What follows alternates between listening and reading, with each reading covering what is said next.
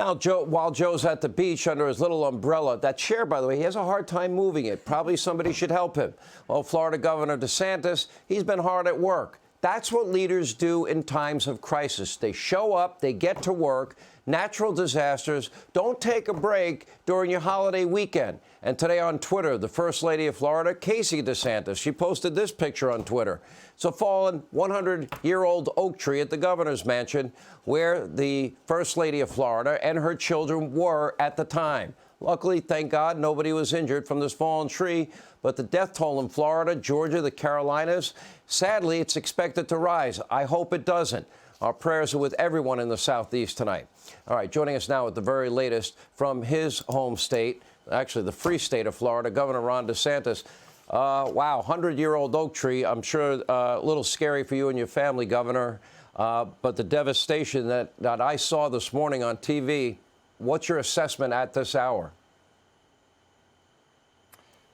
Well, Sean, we were ready for this. So we had search and rescue teams staged, National Guard. We had 5,500 National Guard. We had 1.2 million gallons of gasoline in the event of fuel shortages. We had over 30,000 linemen to restore power.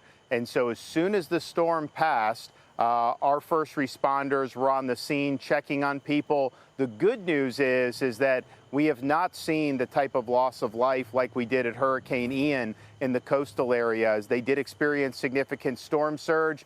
Most of the people did evacuate. And so we're cautiously optimistic that we're going to end up okay on that.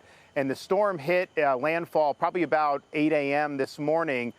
We've since restored 370,000 power to customers, and there's about 175,000 outstanding. So all those linemen have been working to get people back connected. We know that there's going to be a lot of things we need to do, but we want to get everybody back on their feet as quickly as possible. My understanding is that the storm surge was great, but it receded quicker than most people were predicting. True? Yeah, look, I think that, this was a Category 4 storm all the way up until maybe about 15 miles on the coast, and then it went to a high Cat 3. So it did drive up a lot of storm surge in some of the areas, some of it over 7, 8 feet, I think maybe even 10 feet. But I think that people protected themselves. When Hurricane Ian hit, you remember that down in Southwest Florida, and I know you know that area well.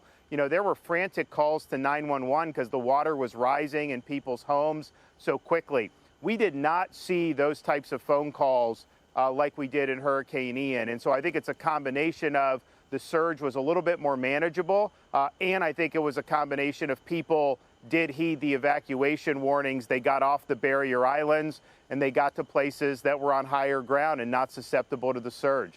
Look, go back to last year's hurricane and Fort Myers and Sanibel.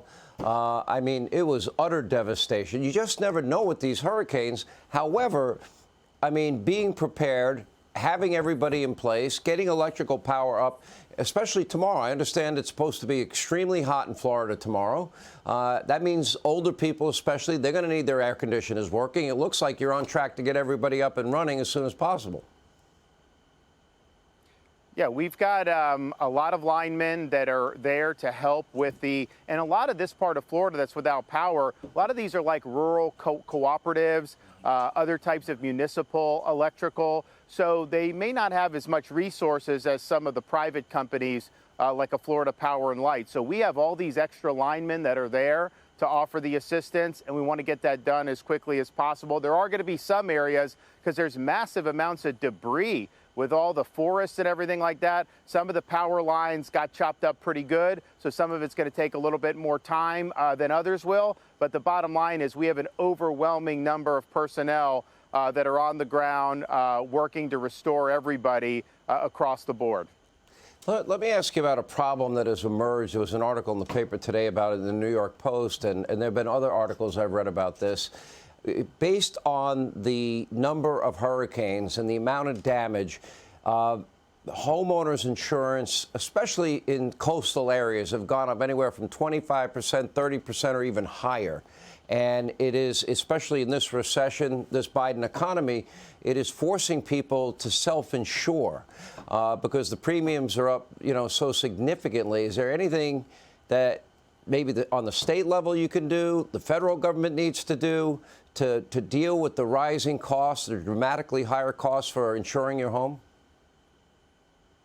We've done a number of reforms in the last year, Sean, including My Safe Florida Home program. People can get grants to fortify their homes and make improvements, and then they get lower rates. We also did huge reforms in the structure of our market earlier this year. What that has led to is we now have 4 new companies that are actually entering into Florida's property insurance market, which was not happening for so many years. And we've got a 5th company on deck. I mean, as you know, you need to have consumers need to have choices. That's how you keep premium increases in check. So we've got 4 in the hopper, 1 on the way, and I think you may, when this hurricane season's over, have more companies that are going to be willing to get in the market. But we've had a lot of issues with inflation generally, as you know, and then particularly having Hurricane Ian, which is one of the most costly storms in the history of the United States.